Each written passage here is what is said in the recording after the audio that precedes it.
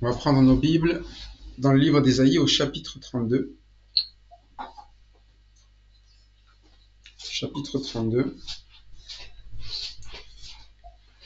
Et on va prendre verset 8 jusqu'à la fin, verset 20. 8 à 20, on avait fait le début la dernière fois, jusqu'au verset 11, mais on va reprendre depuis le verset 8, de ma gauche à ma droite.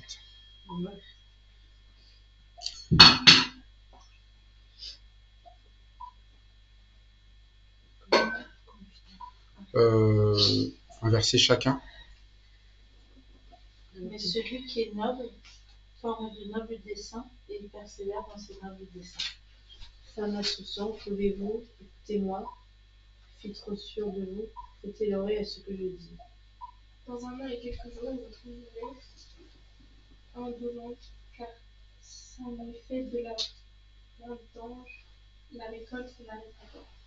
Soyez dans les points insouciantes, prendrez une demeure, déshabillez-vous, mettez-vous à nu, et saignez vos dents. On se lamente en se frappant à la poitrine au souvenir de la beauté des champs et de la productivité des vignes.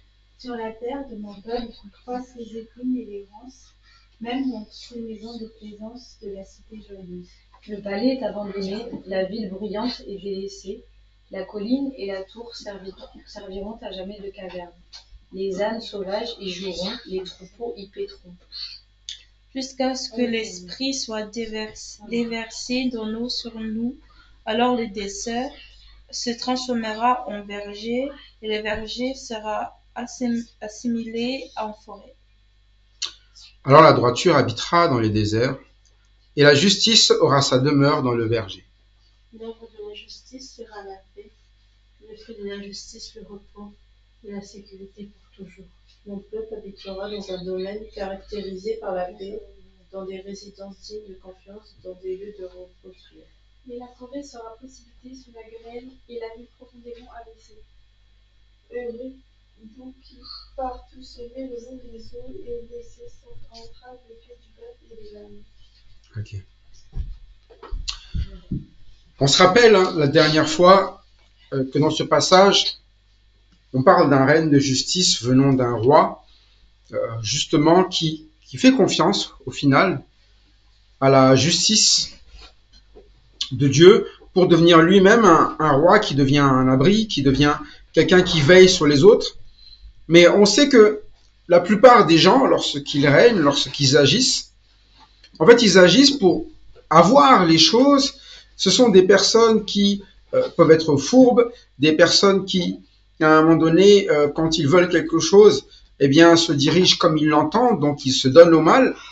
Et c'est un peu ça notre voie des choses. Si on n'écoute pas Dieu, si on ne met pas en pratique la justice de Dieu, si on ne met pas la droiture, au final, eh bien, nous serons ces personnes qui ne comprendront même pas ce que Dieu veut.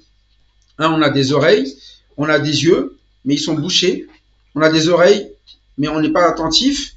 Mais ceux qui sont vraiment en train de vivre la justice de Dieu sont attentifs et prennent garde à ce que Dieu montre pour, à un moment donné, comprendre ce que Dieu veut. Et même si, au début, comme dit le verset 4, ce sont des personnes qui balbutient, c'est-à-dire des personnes qui commencent à parler, qui ne savent pas trop faire les choses, en fait, ils vont vite apprendre. Et ils vont bien savoir faire les choses. Et les personnes qui n'apprennent pas, ce sont les personnes qui n'écoutent pas. Au lieu d'écouter, eh bien, ils ont tendance à faire ce qu'il y a dans leur cœur et donc à s'adonner au mal. C'est le terme du verset 6. Hein. L'insensé profère des folies et son cœur s'adonne au mal.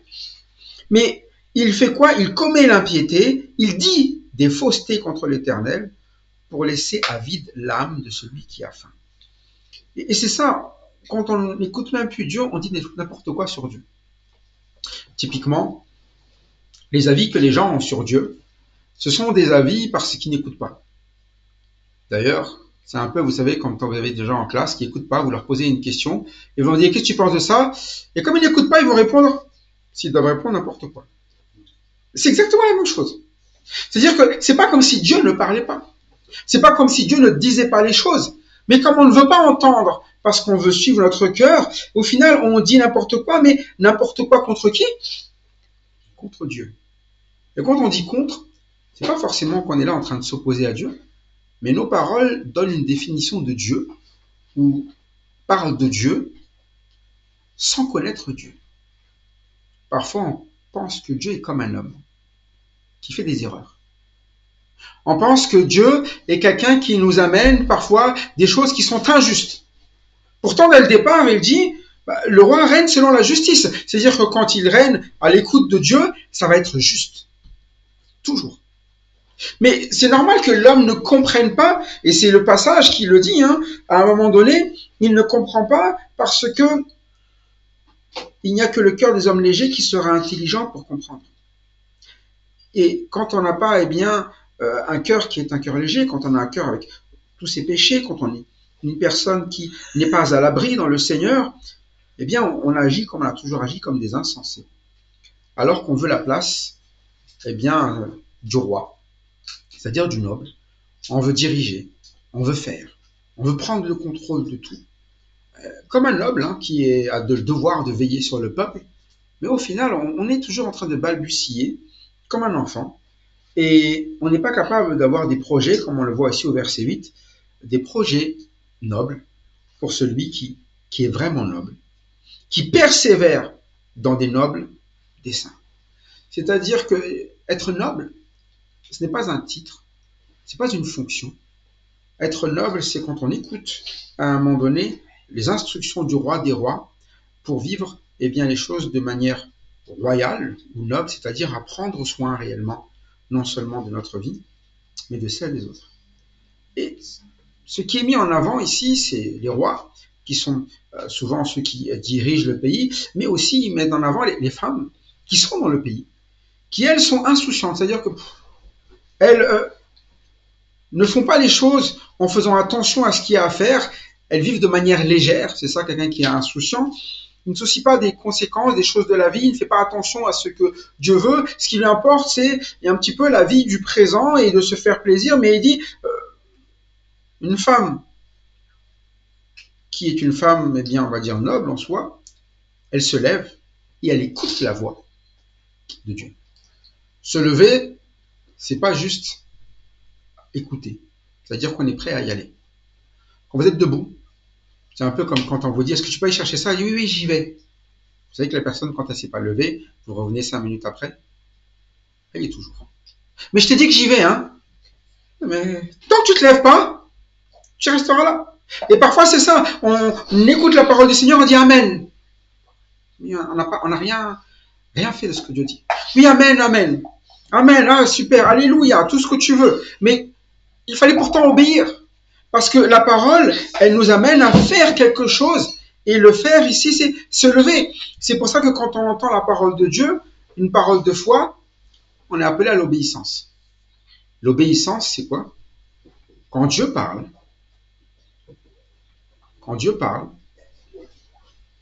je fais bien attention de ce que j'ai à faire.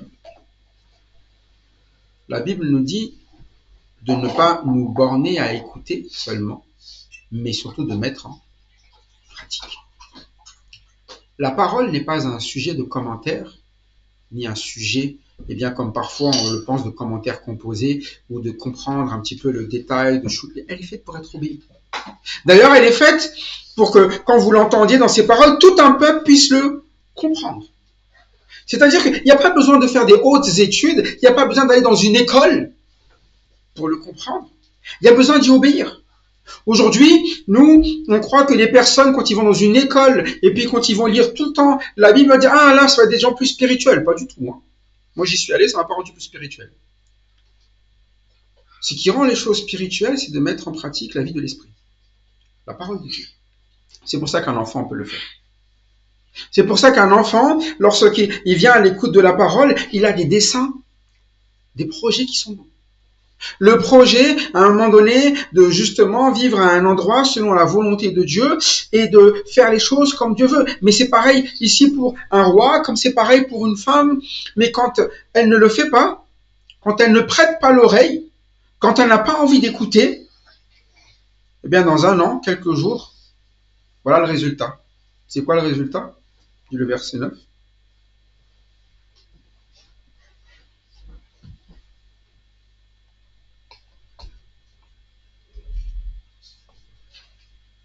Verset 10, pardon, excusez-moi.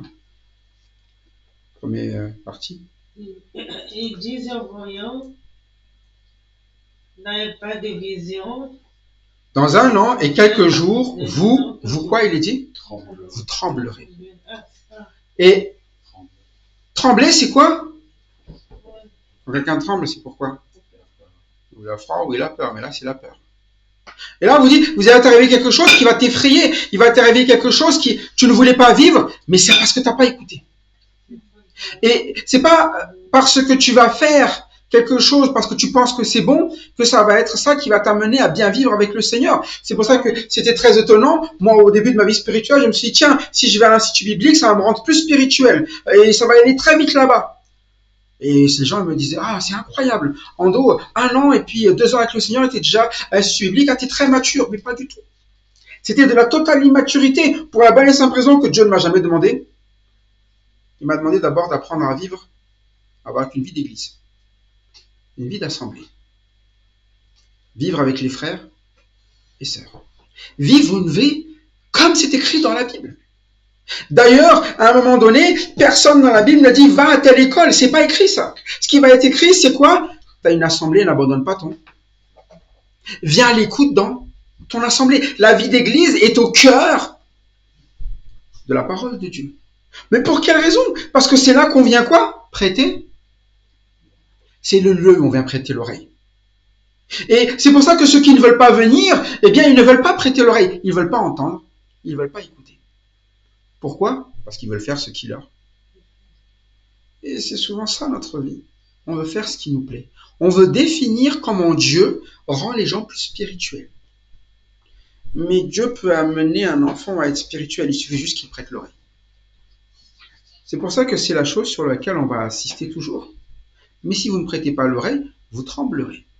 C'est-à-dire que dans le futur, il va arriver quelque chose que vous n'attendez pas, mais qui était déjà prévu. Mais ça, ce sont les personnes qui ne font pas attention, qui sont un petit peu en train de vivre comme si ce qu'ils pensaient était bon. Mais il a dit, ça en sera fait de la vendange. Il n'y aura pas de récolte. Vous allez être dans quoi? Dans l'effroi. Trembler, c'est la peur. L'effroi, c'est vraiment une vie où vous allez regretter. Littéralement. Et à tel point que c'est ça la vie des insouciants, qui ne se soucient pas de ce que Dieu dit. Il a beau dire, moi je pense que c'est ça la bonne chose à faire, c'est plutôt ça. Moi je pense que c'est ceci. Ils parlent beaucoup, c'est ça les insouciants. Ils définissent les choses, et bien au lieu de se soucier de ce que Dieu dit, et comment Dieu prévoit les choses. Alors, ces personnes, il a dit, eh bien, déshabillez-vous, mettez-vous à nu, et saignez vos reins. On se frappe le sein au souvenir de la beauté des champs et de la fécondité des vignes sur la terre de mon peuple. Croissent les épines et les ronces. Même dans toutes les maisons de plaisance de la cité joyeuse, le palais est abandonné, la ville bruyante est délaissée. Les collines et la tour serviront à jamais de caverne. Les ânes sauvages y séjourneront, les troupeaux y paîtront. Et là, on voit quoi? Eh bien, le résultat de nos choix. Le résultat de nos choix, souvent, on va en imputer qui? Dieu. On va penser que c'est Dieu qui a fait que nous en sommes là où nous en sommes aujourd'hui. En se disant, je ne comprends pas pourquoi Dieu me met dans une situation pareille. Mais en fait, c'est notre insouciance. Notre insouciance, notre indolence, notre manière de toujours là, à quoi? À ne pas écouter. Et vous voyez bien quand on lit la Bible, le mot écouter est un mot qui revient tellement de fois qu'il faut vraiment avoir les yeux bouchés pour ne pas savoir que c'est la première chose à faire. Parce que c'est depuis le début. Et c'est jusqu'à la fin. Il y a un mot qui va revenir et qui sera tout le temps là. Et c'est pour ça qu'à un moment donné, pourquoi s'y répéter autant de fois? Parce que c'est la chose qu'on n'aime pas faire.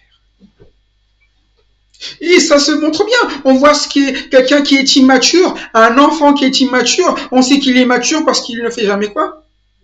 Il n'écoute pas. Mais c'est pareil pour un adulte. Un adulte qui n'écoute pas, c'est ça son immaturité. La maturité d'une personne, c'est le propre d'écouter. Le sage aime à être quoi? Mais comment il fait pour être repris? Il faut bien qu'il écoute. Le sage, on dit souvent le sage, c'est celui qui a une longue barbe, qui a beaucoup d'expérience, qui s'est fait sa vie toute seule. En fait, non, c'est celui qui aime être repris. Parce que à chaque fois, il donne l'occasion à ce que le Seigneur change les choses dans sa vie. Laisse le Seigneur transformer, mais s'il est insouciant, il dit, oh, mais c'est bon, je me débrouillerai, t'inquiète, pas de problème. Vous savez ce mot, t'inquiète. T'inquiète, je vais m'en occuper. T'inquiète, j'y réussirai. T'inquiète, c'est bon, je rebondirai. Ouais, je trouverai quelque chose, je ferai quelque chose. Tellement de personnes agissent de cette manière-là, c'est bon. En ne mettant pas les priorités. La priorité, c'est d'écouter. C'est pour ça que les gens peuvent très bien ne pas venir à l'église, mais disent, mais c'est parce que je fais autre chose. Mais pourtant, c'est la chose la plus importante que je te demande, c'est de venir à l'écoute. Oui, mais c'est bon, c'est une fois, c'est pas grave. Après, on se dit, mais c'est ça être insouciant. C'est pas grave. Une fois, c'est pas grave. Et puis il vient 2 fois, et puis 3 fois, et puis du tout, et après on se trouve dans l'effroi, et quand on se trouve dans l'effroi, on dit, Seigneur, pourquoi est-ce que j'en suis arrivé là? Mais je voulais te donner des instructions chaque fois pour ta vie. Chaque chose de ta vie, que ce soit pour chez toi, que tu sois un enfant, un adulte, un homme, une femme, un roi, ou une personne qui soit dans le besoin et tout, c'est la même chose. À un moment donné, si tu écoutes, tu auras quelque chose de ma part que tu ne peux obtenir. Si tu n'écoutes pas, tu auras le résultat de ce que tu sais faire. C'est pour ça que dans la description qu'on a vue, on se retrouve dans quoi? Que des souvenirs. Verset 12, au souvenir de la beauté des champs. Vous savez, c'est un peu comme quand on grandit, là, puis on regarde notre vie et dit, ah, c'était quand même bien quand on était jeune, quand on était petit, ah, c'était beau quand même, il y a des choses là, avec la famille, tout, et puis là, on se retrouve tout seul à faire ça. Ah, c'était bien, c'était bien. Il n'y avait que des souvenirs. Et maintenant, il y a quoi? Oui, mais là, non, mais là, c'est des problèmes avec un tel. Là, j'ai un problème avec machin. Non, mais là, je peux plus voir un tel. Là, je peux plus. Pourquoi tu en es arrivé là? Parce que tu n'as pas écouté dès le départ. Et c'est souvent ça. C'est pour ça qu'il parle de cette ville qui était, eh bien, avec des vignes fécondes. Une terre où il y avait normalement tellement de bonnes choses. Maintenant, il reste quoi au verset 13? Sur la terre de mon peuple, qu'est-ce qui grandit maintenant? Des épines et des... C'est dur à vivre. Et ce n'était pas la volonté de Dieu que notre vie soit dure à vivre. Moi, je rappelle que quand il a créé l'homme et la femme, il ne l'a pas placé au milieu des épines et des ronces. Ils avaient besoin de quoi pour se nourrir? Même pas le travail. Le travail, c'était pour cultiver la terre, mais est-ce qu'ils n'avaient pas des arbres fruitiers? Est-ce qu'ils n'avaient pas tout ce qu'il fallait? Et tout était là. Mais dès le moment où ils ont décidé de faire les choses par eux-mêmes, ils ont perdu quoi? Ils ont tout perdu, non? C'est ça, souvent. Dieu, il ne veut pas que nous perdions quoi que ce soit, mais nous faisons le choix de perdre même les choses qu'il nous a déjà mis entre nos mains. C'est pour ça que quand on arrive dans ce monde, eh bien, normalement, on devrait être reconnaissant d'avoir une vie et d'avoir quoi que ce soit entre les mains. Une vie, une famille, des amis, un entourage, tout ce que vous voulez. Et de continuer à laisser Dieu nous donner les choses qui sont bonnes pour nous. Et c'est pour ça que la vie éternelle est ce don de Dieu parfait qui est là selon le besoin que nous avons pour avoir réellement une vie qui ne soit pas en train de grandir dans des épines, dans des ronces, mais que à un moment donné, que ça soit toujours une cité joyeuse, une maison où tout est bon à vivre. Mais là maintenant, c'est un palais, verset 14, abandonné. C'est un message au roi. T'as le palais, t'as le titre, mais il y a quoi dedans? C'est vide. Tu t'es battu pour ça, hein? Tu t'es battu pour avoir un palais, tu t'es battu, si tu veux, pour avoir le titre de roi. Parfois, c'est ça, c'est ce qu'on veut à tout prix. Mais ça sert à quoi si tout est vide? C'est comme toutes les personnes, toute leur vie, qui essaient de gagner, qui essaient de s'enrichir, ou tout ce que vous voulez, et à part pour le vivre comme un seul. Tellement tu as peur de tout le monde. Et c'est ça. Quand on n'écoute pas comment le Seigneur nous donne des priorités, comment il veut les choses, à un moment donné, on a fait un choix. Mais c'est pour ça que l'Éternel prévient ici. Il prévient, eh bien, parce que si nous n'écoutons pas, l'état où nous serons est vraiment un état d'effroi, où on tremble, où tout est abandonné, où ce sont d'autres qui se serviront sur nos terres. Même ici, on va parler d'ânes sauvages, des troupeaux, mais ça ne sera plus chez nous. On n'aura plus, ce côté où on jouit de ce que l'Éternel voulait vraiment nous amener à aimer dans cette vie, c'est-à-dire notre vie avec lui, pour lui, à son écoute. C'est pour ça qu'il y a une solution qui est unique pour tout cela. Et c'est l'Éternel qui va donner la réponse pour sortir de cette situation. La réponse, elle ne se trouve pas justement, comme il va le faire savoir, dans toutes les choses qu'on trouvera en bas. Elle ne se trouve pas dans les choses qui se trouveront en bas. Et souvent, c'est ça, quand on cherche, ce qu'il y a de mieux en bas, c'est d'être un roi. C'est d'avoir un palais. C'est d'avoir tout ce qu'il faut, notre bien, etc. Mais la réponse dont Dieu parle, elle dit quoi? Jusqu'à ce que l'Esprit soit répandu. Et ça vient d'où? D'en haut, sur nous. Et on parle de l'Esprit ici parce qu'on va dire jusqu'à ce qu'à un moment donné, on vive vraiment ce qui vient d'en haut et quand on devient capable. C'est pour ça que aspirer aux choses d'en haut, c'est pas juste parce que Dieu dit à un moment donné, faites-le parce que je suis Dieu. C'est parce qu'en fait, c'est notre salut de vivre les choses d'en haut. Pour ne pas finir avec une vie chaotique dans le désert, même en accumulant tout. Pour ne pas finir, au final, dans l'effroi. Pour ne pas finir, à un moment donné, abaissé. Et il va dire, mais la solution, elle vient d'en haut, jusqu'à ce que l'Esprit soit répandu d'en haut sur nous.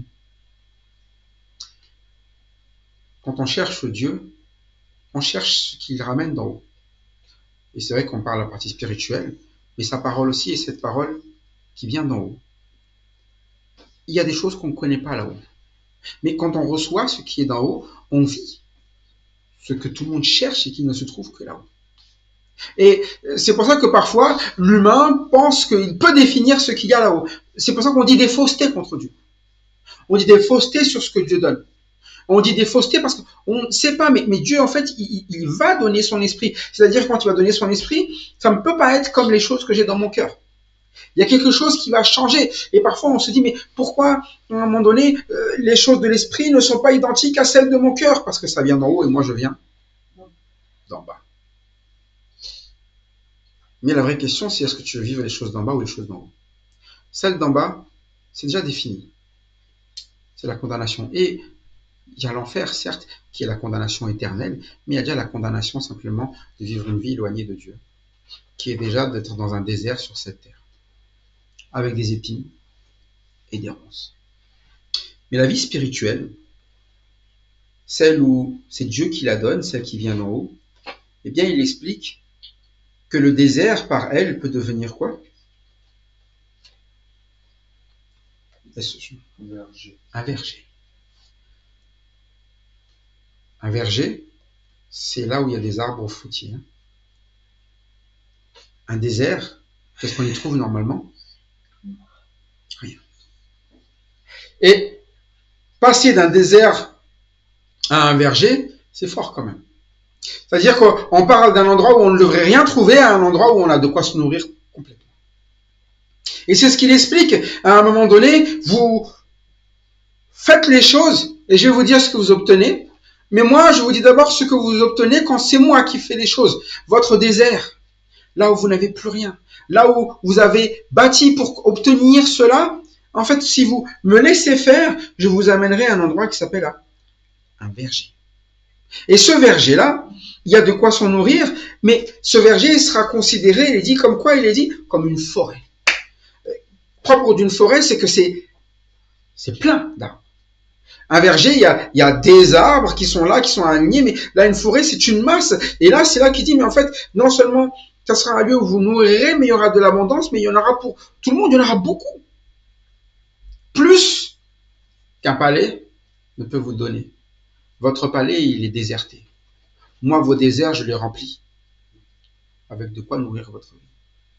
C'est pour ça que quand on prend la parole de Dieu, il y a une chose incroyable qu'elle nous amène dans toute notre vie, dans les situations.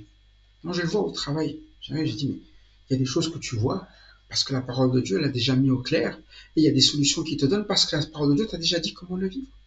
Et cette confiance de la parole de Dieu fait que dans les situations, tu n'es pas là dans une crise à vivre ce moment comme un moment le plus terrible, alors que pour les gens, c'est le plus terrible des moments. Il y en a qui peuvent être chaos, qui peuvent être tristes. Pourtant, ça ne s'agit que de 2-3 petites choses, au final, quand on y réfléchit. 2 mots, une petite situation, et on devient fou. Et le Seigneur, il va nous expliquer à un moment donné, si tu me laisses faire moi je mets des vergers dedans, de quoi le nourrir plutôt. Ça veut dire que même nous, dans notre vie, nous aurons de quoi donner à ceux qui n'ont pas non plus. Mais si on laisse le Seigneur faire seulement. Dans le désert, ça deviendra comme une forêt, ces vergers. Et ce qui va vivre dans ce désert, il dit alors. Voilà quand l'Éternel agit. Quand il amène les choses dans notre vie, alors. C'est là qu'il existe quelque chose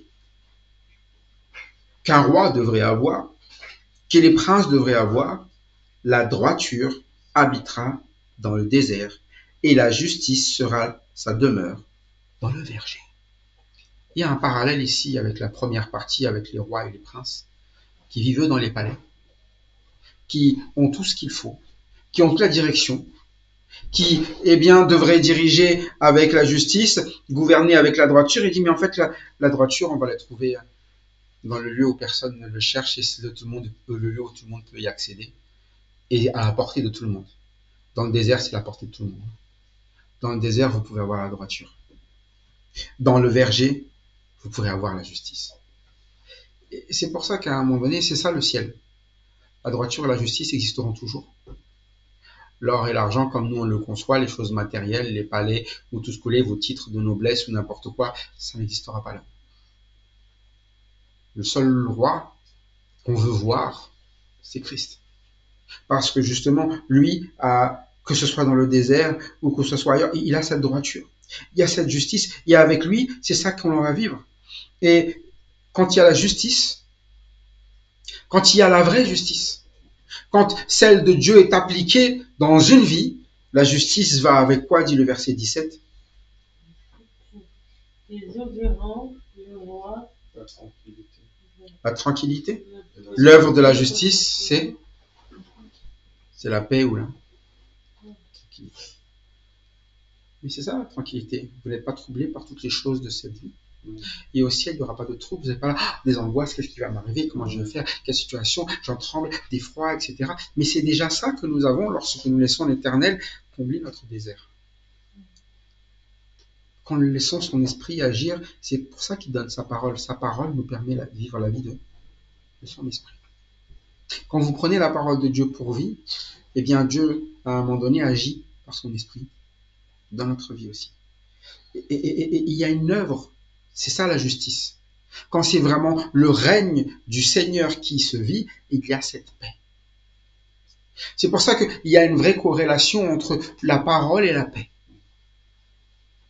Pensez pas que connaître la parole par cœur ou devenir un bac plus je sais pas combien dans la parole de Dieu, c'est ça qui donne la paix. C'est parce qu'il y a une vraie confiance en ce que Dieu dit et que je laisse ça agir dans ma vie. Et c'est là que vient la paix. Dans toutes les situations. Et quand il y a la paix, il n'y a pas de stress. Il n'y a pas de panique en tous les sens. Il y a un mot, et le fruit de la justice, le repos et la sécurité pour toujours. Il y a un truc que je trouve assez incroyable. Beaucoup de gens, et quand vous discutez, ont peur de perdre ce qu'ils ont. Je discute avec une personne, elle me dit, ah non mais moi j'avoue, j'oserais pas partir, j'ai trop peur de perdre mon travail, j'ai trop peur de perdre, parce que je pense que je suis pas quelqu'un, j'ai peur. Ce qui maintient la personne là, c'est parce qu'elle a peur. Pourtant, elle en souffre. Elle souffre mes peurs. Peur, souffre. Et c'est un peu cela. Il y a quelque chose que dans notre vie, on a peur de tout ce qui peut nous arriver, donc on se dit, écoutez, à quitte à vivre, je préfère vivre une souffrance qui est une souffrance et je reste dans ma peur. Mais là, on voit, nous, on a une sécurité. Une sécurité, c'est quoi? Si l'Éternel dit demain, écoute, il faut faire ça, perdre, c'est pas un problème. Parce qu'on a déjà quoi? La sécurité. C'est que la sécurité éternelle, c'est que je sais que je ne vais jamais me perdre. On n'a pas cette option, lorsqu'on a cru au Seigneur, de se perdre. Il n'y a pas cette option avec le Seigneur. Il n'y a que l'option, c'est sécurité. Sécurité, c'est quoi qu'il arrive, je ne serai jamais en danger, mon âme ne sera jamais en danger et je peux vivre à la paix. C'est pour ça que quand vous voyez, eh bien, ceux qui ont suivi le Seigneur dans le passé, ils ont avancé dans des choses où je dis, mais ils sont fous. Mais ils se sentaient en sécurité. Pas à cause des gens qui les entourent, pas à cause de l'argent, mais à cause du Seigneur et ce Seigneur qui ramène la paix à cause de sa justice. Il nous amène du repos. Et c'est la volonté de Dieu, lorsqu'il s'adresse à nous, qu'on le vive, ce repos. Il dit, mon peuple, ce qu'on appelle vraiment le peuple de Dieu, c'est-à-dire qui a pris Dieu pour roi, mon peuple demeurera dans le séjour de la paix. Mon peuple demeurera dans les habitations sûres. Mon peuple demeurera dans des asiles tranquilles. Et c'est ça, être le peuple de Dieu, faire confiance en Dieu, c'est rester dans ce qui vient du ciel, mais qu'on ne peut pas obtenir nous à cause de notre façon d'agir et qui amène toujours à faire ce qui est mal, c'est-à-dire l'assurance, la tranquillité, la paix. Et si nous n'avons pas cette paix, cette tranquillité, cette assurance, c'est que à un moment donné, il est temps vraiment de faire 100% ce que dit Dieu, parce que nous sommes du peuple de Dieu. Un peuple qui se décharge ou qui s'éloigne de son roi, une personne qui se décharge ou s'éloigne de son roi est une personne en danger. Aujourd'hui, on ne s'en rend pas trop compte, mais je pense que si vous étiez à l'époque quelqu'un d'un peuple, et que vous vous retrouviez seul dehors et que vous faites avoir par quelqu'un d'un autre peuple, il y a de grandes probabilités que vous deveniez son esclave. Hein. Parce qu'il dit, ouais, pas de problème pour protéger lui. Et c'est un peu ça, c'est pour ça que le Seigneur est dans sa parole, il dit, mais voilà, il y a la main puissante de Dieu sur laquelle nous devons être, nous sortons de sa main et nous nous trouvons esclaves des choses de ce monde de nous. C'est pour ça que dans ce passage, il y a vraiment, mais mon peuple. Notre appartenance même. Est-ce que nous sommes conscients que d'avoir une appartenance à Dieu, ça nous implique d'avoir vraiment une considération de la vie avec Dieu qui est différente des gens de ce monde? Parce que c'est vrai, hein, n'importe qui peut aller et dire dehors, moi je suis chrétien. Hein. N'importe qui peut dire ça. Mais c'est autre chose d'être du peuple de Dieu. Chrétien, c'est une étiquette. Hein. Par contre, obéir à Dieu, il y a vraiment le peuple de Dieu qui le fait. C'est pour ça que il le dit, hein, les titres, hein, c'est comme un titre de noblesse. Ah, moi je suis chrétien. Pourquoi tu es chrétien? Oh, parce que mes parents le sont. Oui, parce que je suis pas ceci, ou parce que je suis pas cela, parce que je mange ceci, parce que je mange cela. C'est pas là la question. Est-ce que tu obéis à Christ? Un chrétien, il est en Christ. Et ça sert à rien de dire je suis chrétien si j'obéis pas à Christ. Ça équivaut à raconter des mensonges. C'est pour ça que à un moment donné, mon peuple, il va vivre ce que je lui demande. Et ce que je lui demande lui amène une vie de justice qui est une vie dans la paix, la sûreté, la tranquillité. Par contre, la forêt, c'est le terme ici, elle est précipitée sous la grêle. La forêt, vous savez ce que c'est? Pourquoi est-ce qu'il compare la forêt et le verger? Pourtant, le verger ressemble à une forêt. C'est quand vous êtes dans une forêt, vous avez plein d'arbres. Mais il n'y a pas de quoi? Il n'y a pas de fruits. Et c'est ça. C'est dans l'apparence, il y a des arbres, mais qu'est-ce qu'on peut tirer de ces arbres? Rien. Et c'est pour ça qu'il dit, mais moi, mon peuple, on en tire des fruits. Il y a quelque chose à se nourrir. Il y a vraiment une vie, quelque chose qui ressort de là, mais des arbres juste pour des arbres, oui, peut-être je m'y mets et ça sera mieux là-dedans, mais ça ne reste que des arbres. Et parfois, c'est ça, nous disons être dans une vie où nous, je suis chrétien, mais on reste juste sans fruit. Sans vivre l'esprit qui porte le fruit. Mais du coup, il dit, la forêt sera précipitée sous la grêle. C'est-à-dire qu'il va y avoir un jugement.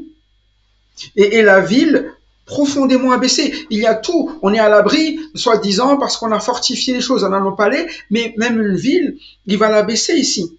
C'est pour ça qu'il dit, mais vous voulez quelque chose, vous voulez être heureux, non? Qui ne veut pas être heureux?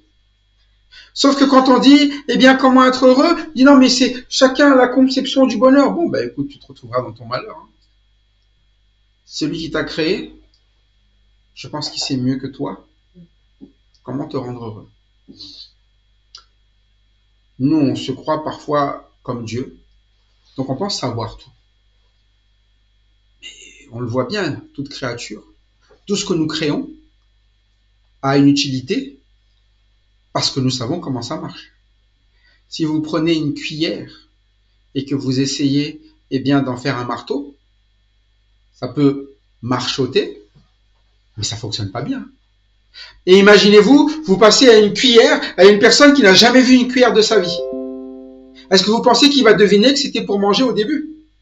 Il va penser que c'est pour creuser, je pense. Ah, c'est pour ceci. Ah, c'est pour cela. Jusqu'à ce que celui qui passe là, qu'il a déjà utilisé, ou qui sait qu'on lui a expliqué, ou parce que c'est celui qui l'a inventé au démarrage, qui dit, mais en fait, ça sert à... Parfois, il y a des choses comme ça. Hein. Vous avez des éléments qu'on retrouve sur des vêtements, sur des choses. On dit, on ne sait pas à quoi ça sert, mais ça a toujours été là. Jusqu'à ce qu'un jour, quelqu'un vous dise, mais en fait, ça sert à ça. Ah, oh, ben, je pensais que c'était pour...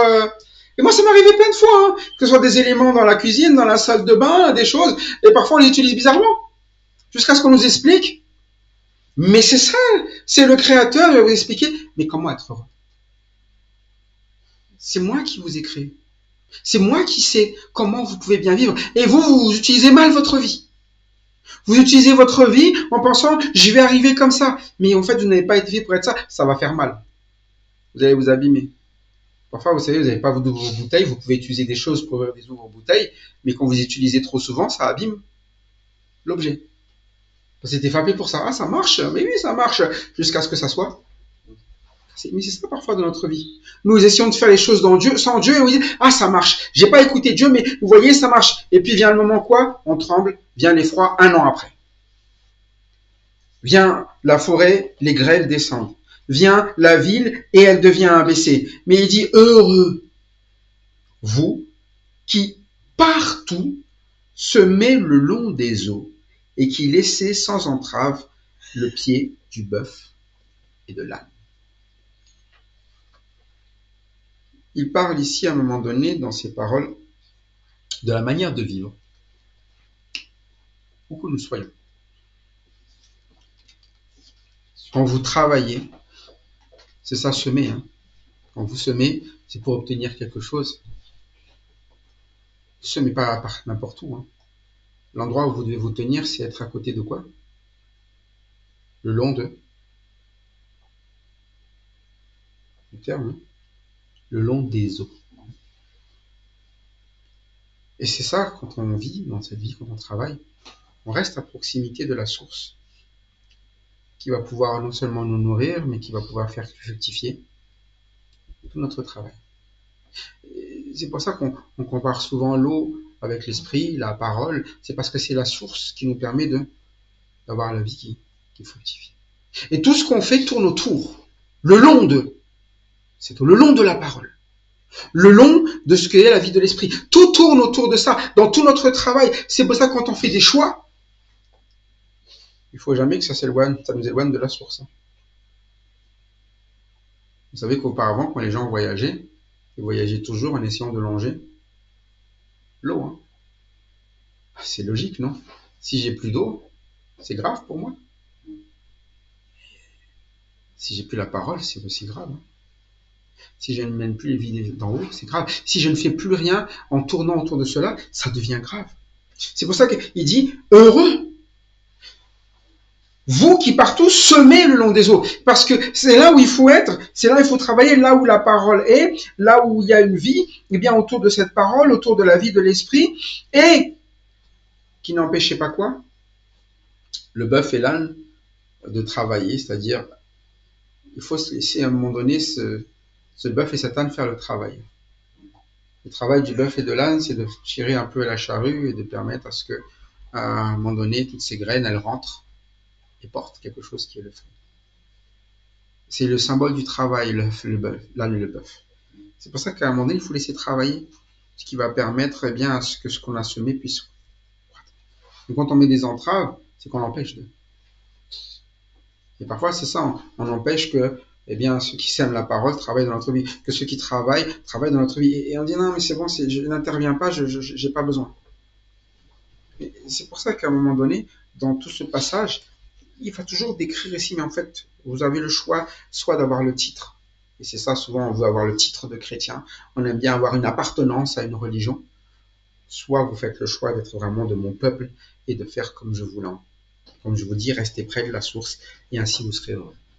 Mais il n'y a pas de milieu, il n'y a qu'un choix ou un autre.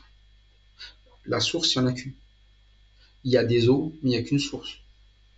C'est Dieu, c'est sa parole. Et c'est selon sa façon. Et vous voyez bien que c'est un verger. Un verger n'est pas un arbre solitaire. Un verger, c'est un ensemble aussi. Et bien d'arbres, mais qui portent ensemble du fruit. Voilà pourquoi, lorsque nous prenons la parole de Dieu, soyons déjà confiants que Dieu est en train de commencer une œuvre en nous, qui est une œuvre où il veut qu'on porte du fruit. Et porter ce fruit, c'est être heureux. Il veut nous donner un abri sur une paix. C'est pour ça qu'il faut persévérer. Il faut rester à l'abri. C'est un peu comme quand vous voyez bien le temps dehors, il y a alerte orange, restez à l'abri, ne vous déplacez pas, bougez pas. C'est l'endroit où vous allez être quoi? Sûr, là où vous êtes. Mais là, c'est par de sécurité éternelle. C'est-à-dire qu'il ne s'agit pas de rester fixé à un lieu, il s'agit de rester fixé dans la parole du Seigneur. Parce que la parole, elle est éternelle. L'éternel est éternel. Si on reste fixé dedans, eh bien, il n'y a rien qui pourra nous éloigner de la justice de Dieu, et bien de la sécurité, de la paix de Dieu. Voilà pourquoi quand Christ a été donné, eh bien, il a été donné pour être une sécurité pour nous. Il y a un don qui vient d'en haut pour payer pour nos péchés, pour que nous ne soyons plus, eh bien, justement, en train de nous écarter et finir sous les grêles comme le reste de la forêt. Et donc, la vie de Christ, c'est ça. Il a payé pour nos péchés, mais il est ressuscité pour nous donner une autre vie. Et cette vie, c'est celle où il nous engage en obéissant, en le suivant, afin d'être heureux et le suivre en train de semer, et bien à côté de ces eaux, être en train de puiser sur les eaux que le Seigneur nous donne dans sa parole et laisser travailler le Seigneur et à tout ouvrier, et bien dans mon cœur, pour ma propre joie et pour la gloire de Dieu. Que Dieu soit donc glorifié par nos vies obéissantes. Amen. Amen.